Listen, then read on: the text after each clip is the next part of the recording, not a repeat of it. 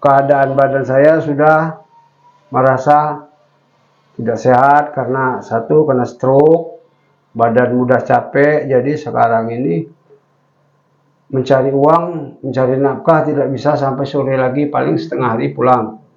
Saya minta keringanan SPP itu kalau bisa dihilangkan. Anak saya Ratri ini ada kartu Indonesia Pintar. Sudah ada Pak ya? Sudah ada kartu Indonesia Pintar. Dari SD sampai SMP dapat bantuan terus. Pas masuk SMK ini tidak pernah lagi dapat bantuan. Jelas dalam peraturan nomor 44 tahun 2012, Peraturan Menteri Pendidikan dan Kebudayaan tentang aturan pengutaran sumbangan pendidikan yang sudah sampaikan tadi, tidak boleh sekolah melakukan yang namanya pungutan dan sumbangan. Artinya di sini saya minta tolong khusus kepada Bapak Gubernur Provinsi Sumatera Selatan, bahwasanya ini jelas Pak Gubernur, Pak Haji Manderu, terjadi dugaan pungutan liar yang terjadi di SMK salah satu di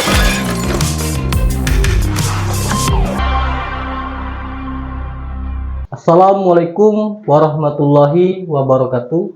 Selamat siang pemirsa. Bersama saya Angga Saputra dengan Lentera Demokrasi. Pada episode hari ini kita akan membahas tentang sumbangan pembinaan pendidikan atau SPP berkedok pungli. Nah, pada episode hari ini kita telah kedatangan tamu yaitu Bapak Supriyadi dan juga didampingi dengan kuasa hukumnya Bapak Muhammad Sigit Muhaimin dari Federasi Advokat Indonesia DPC Kota Palembang. Pada episode hari ini sangat menarik dan sangat menjadi sorotan publik terkait dugaan pungli berkedok dengan SPP. Hal ini sangat mencuat di berita-berita, maka dari itu akan kita bahas pada episode kali ini. Akan kita sapa yang sudah hadir di tengah-tengah kita, Bapak Supriyadi. Apa kabarnya Pak Supriyadi? Alhamdulillah sehat, baik. Bapak Supriyadi ini selaku wali murid dari adinda kita, Rati Pramudita, ya benar Pak ya, yang bersekolah di salah satu sekolah SMK Negeri 1 Palembang. Nah, bisa diceritakan Pak Supriyadi bagaimana rangkaian ceritanya terkait dengan namanya SPP? Ya, pada awalnya anak saya itu kan daftar dari jalur afirmasi. Yang arti kata kan jalur afirmasi itu jalur dari keluarga kurang mampu. Nah, nyatanya itu masih dimintain SPP dan uang komite.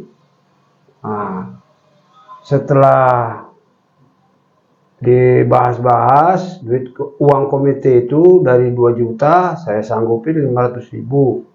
Alhamdulillah sudah dibayar melalui ada sahabat yang membantu uang untuk membayar uang SPP itu, uang komite itu. Nah, dari komite dipintain uang SPP 200. Lantas saya meminta keringanan jadi 100.000. Pada saat itu ya saya sanggup 100.000 dikarenakan kondisi saya pada saat itu masih sehat-sehat, masih bisa mencari nafkah untuk anak istri, meskipun usaha kecil-kecilan. Nah, setelah kesini, keadaan badan saya sudah merasa tidak sehat karena satu kena stroke, badan mudah capek, jadi sekarang ini mencari uang, mencari nafkah tidak bisa sampai sore lagi, paling setengah hari pulang. Nah, oleh karena itu kalau bisa melalui dengan ini saya minta keringanan SPP itu kalau bisa dihilangkan dari yang tadinya 100.000, syukur-syukur bisa digratisin. Apalagi memang jalur anak saya itu kan jalur afirmasi. SMK juga kan SMK negeri. Negeri yang namanya negeri itu kan biasanya kan gratis.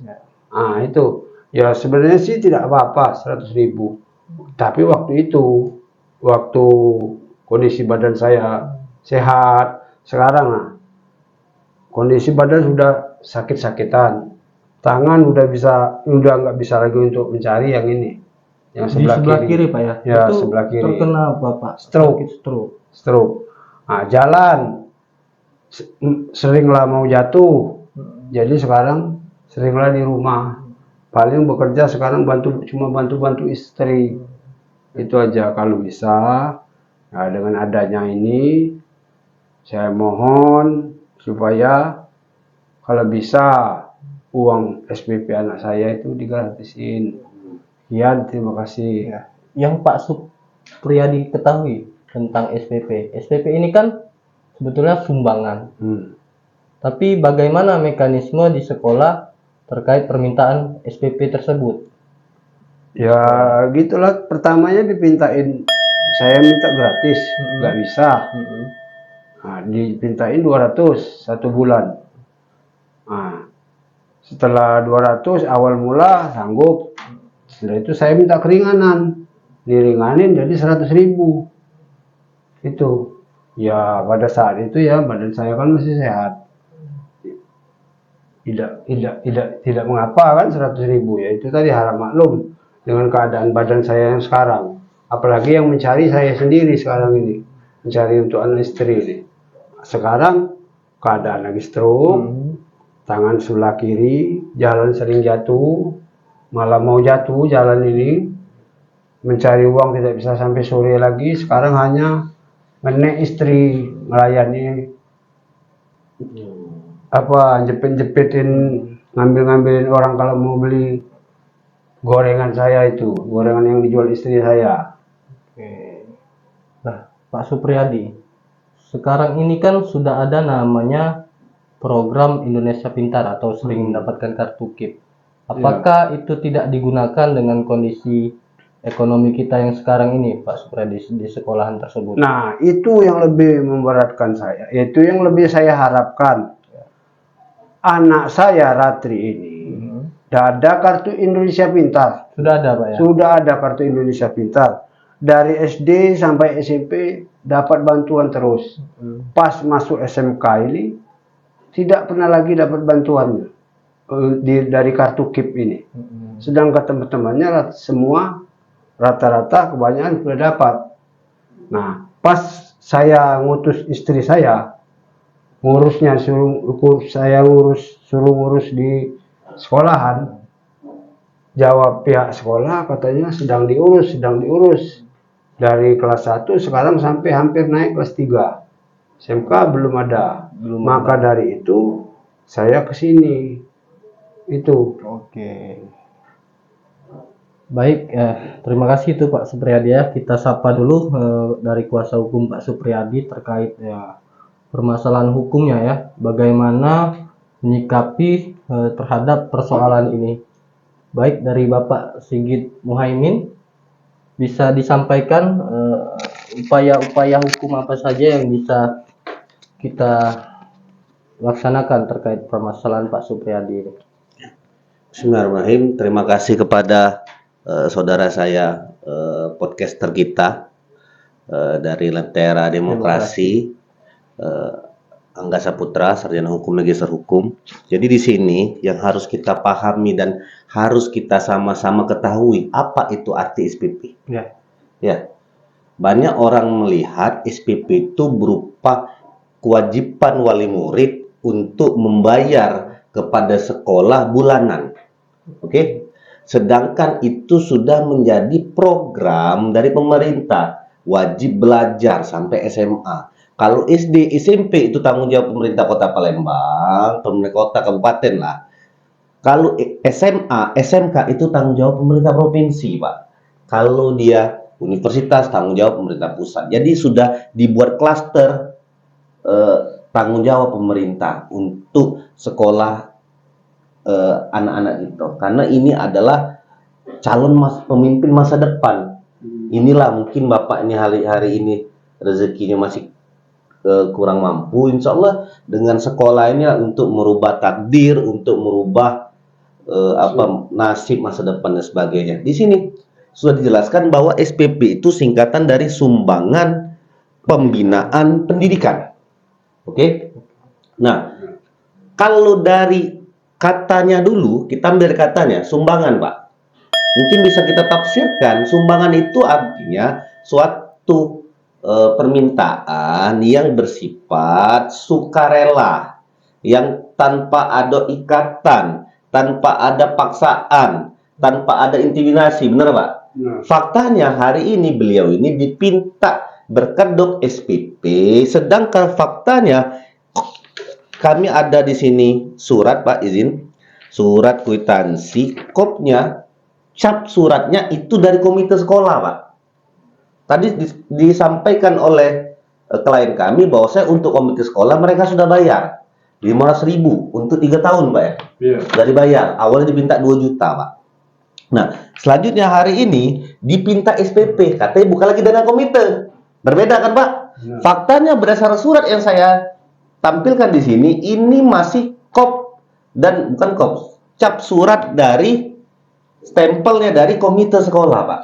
Uangnya bervariasi, tapi tetap awalnya dipinta 200.000, sekarang faktanya 100.000 sebulan.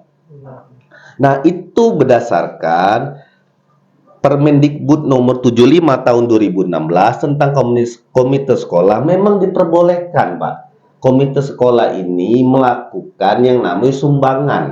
Oke, sumbangan itu artinya tanpa paksaan, tanpa ada intimidasi, dan lihat juga keluarga ini bagaimana, dan dijelaskan tadi ada jalur pakai jalur afirmasi. Arti ketika jalur afirmasi, Bapak ini dari keluarga yang tidak mampu, seperti itu.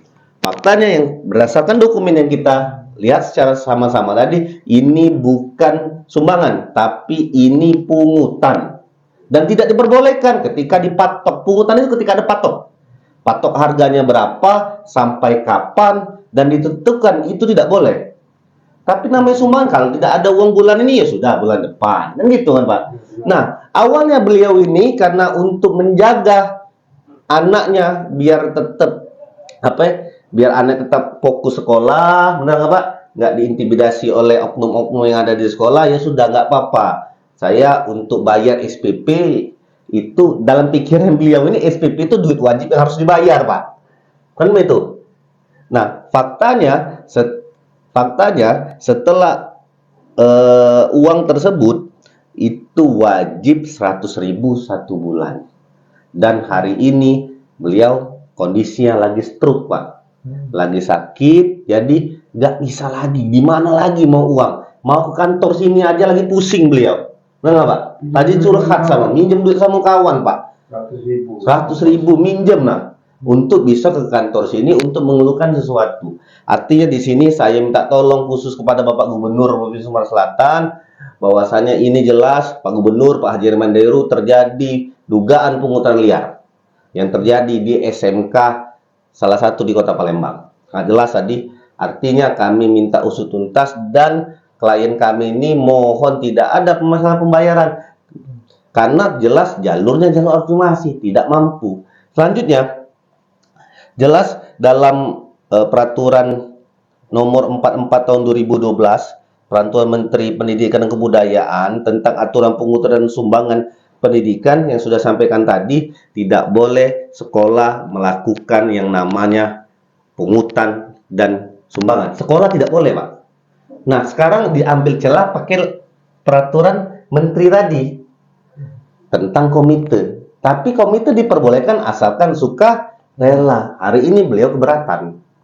Seperti itu. Nah, apa yang harus kami akan lakukan selain tim kuasa hukum? Kami akan segera mensomasi kepala sekolah. Kami akan melakukan surat resmi ke Gubernur Provinsi Sumatera Selatan agar segera melakukan klarifikasi kepada kedua belah pihak, dan kami harap khususnya klien kami ini menjadi dihapus seluruh pembiayaannya karena sudah jadi keberatan. Nah, yang selanjutnya yang kedua, posisi tentang kartu Indonesia Pintarnya atau KIP. Nah, dari SD beliau ini anaknya KIP, dari SMP SMP-nya KIP sampai SMA. Nah, ketika SMA tidak tahu kenapa KIP-nya tidak dapat lagi. Belum dapat anak kelas 3. Iya. Nah, itu menjadi pertanyaan, Pak. Apa namanya digeser atau gimana? Harusnya dapat konfirmasi, Pak. Dari pihak sekolah kan, Pak, anak kamu tidak dapat KIP lagi karena alasan ini efisiensi lah, apalah. Ini kan tidak ada penjelasan benar, Pak. Jawab pihak sekolah sedang diurus. Sedang diurus sampai kelas 3. Hampir kelas 3. Hampir kelas 3. Ini bagaimana kalau Pak Belanda ini, singkatannya Pak Belanda ya, nama panggilannya Pak Belanda. Artinya Pak Supriyadi. Nama asli Pak Supriyadi. Pak Supriyadi ini hadir ke kami meminta tolong khusus kepada Bapak Gubernur Provinsi Sumatera Selatan, khususnya Dinas Pendidikan yang menaungi sekolah-sekolah yang ada di Provinsi Sumatera Selatan pada umumnya, bahwasanya klien kami menuntut keadilan agar anaknya bisa sekolah, biar anaknya bisa merubah nasibnya. Bisa merubah nasib dan bisa berbuat terbaik. Khususnya ketika anaknya berhasil, memang di pendidikannya dibantu oleh pemerintah kan, efek sampingnya juga kan pasti akan kembali ke masyarakat juga seperti itu. Mungkin itu, Pak Angga. Mungkin harapannya dari Pak Supriyadi terhadap persoalan ini.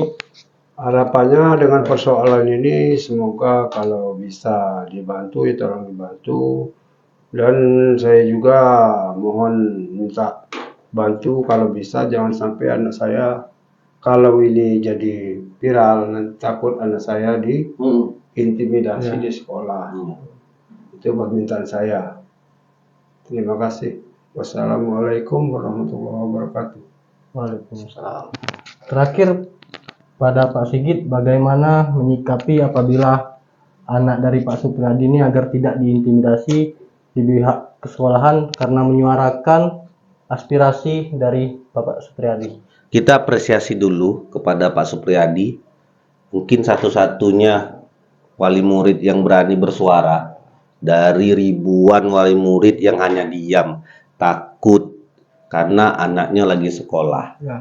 Nah, di sini kita ada namanya lembaga, namanya Yayasan Bantuan Sumber Berkeadilan, ada Federasi Advokat Republik Indonesia. Kami melindungi Pak dalam rangka membela kepentingan Bapak untuk membela anak kamu.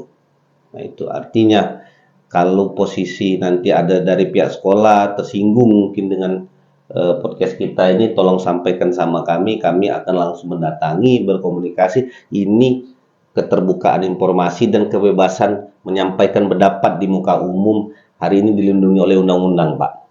Dan apa yang kita sampaikan ini berdasarkan data, berdasarkan fakta, dan mewawancara langsung korban yang bersangkutan. Dan hari ini kalau misalnya beliau ini izin, kalau didengar langsung oleh Pak Gubernur Sumatera Selatan, didengar langsung oleh Pak Kepala Sekolah misalnya, beliau ini sebenarnya tidak keberatan, Pak. Kalau kemarin posisinya sehat, tidak mau ngeluh-ngeluh, malu juga sebenarnya Pak Supriyadi. Tapi ini mau bilang gimana lagi? Apakah dengan kondisi keuangannya harus putus anak sekolah? Kan nggak mungkin juga. Beliau masih bercita-cita anaknya sampai kuliah, anaknya harus sampai sukses, anaknya harus berhasil seperti itu. Ya pintunya harus selesai dari sekolah ini. Itulah harapan besar karena ada kartu Indonesia Pintar tadi. Jadi selain SPP tadi yang akan diperjuangkan ini tentang kartu Indonesia Pintar tadi. Karena memang jalur masuknya jalur afirmasi. Seperti itu. Jadi sekali lagi kami minta atensi khusus pada Gubernur Sumatera Selatan, Pak Haji Manderu, dan kepada Kepala Sekolah SMK Negeri 1 Kota Palembang agar ini menjadi perhatian dan segera apa yang disampaikan oleh klien kami, Pak Supriyadi, bisa ditanggapi serius dan diselesaikan. SPP-nya bisa dihapus dan kartu Indonesia Pintarnya itu bisa diaktifkan kembali. Terima kasih. Pada episode hari ini terkait sumbangan pembinaan pendidikan yang diduga berkedok pungutan liar, ini sangat miris dan sangat disayangkan. kepada masyarakat umum juga apabila menghadapi permasalahan yang sama bisa nanti menghubungi Bapak lawyer kita, Bapak Sigit Muhaimin, untuk mengadukan dan atau menyuarakan kekeluh kesahannya terkait sumbangan pembinaan pendidikan yang dipatok harganya oleh pihak sekolah. Sekali lagi kami ucapkan terima kasih kepada Pak Supriyadi karena telah menyuarakan aspirasinya, dan juga Pak Sigit yang mendampingi Pak Supriyadi. Bersama saya Angga Saputra dengan Lentera Demokrasi. Wassalamualaikum warahmatullahi wabarakatuh.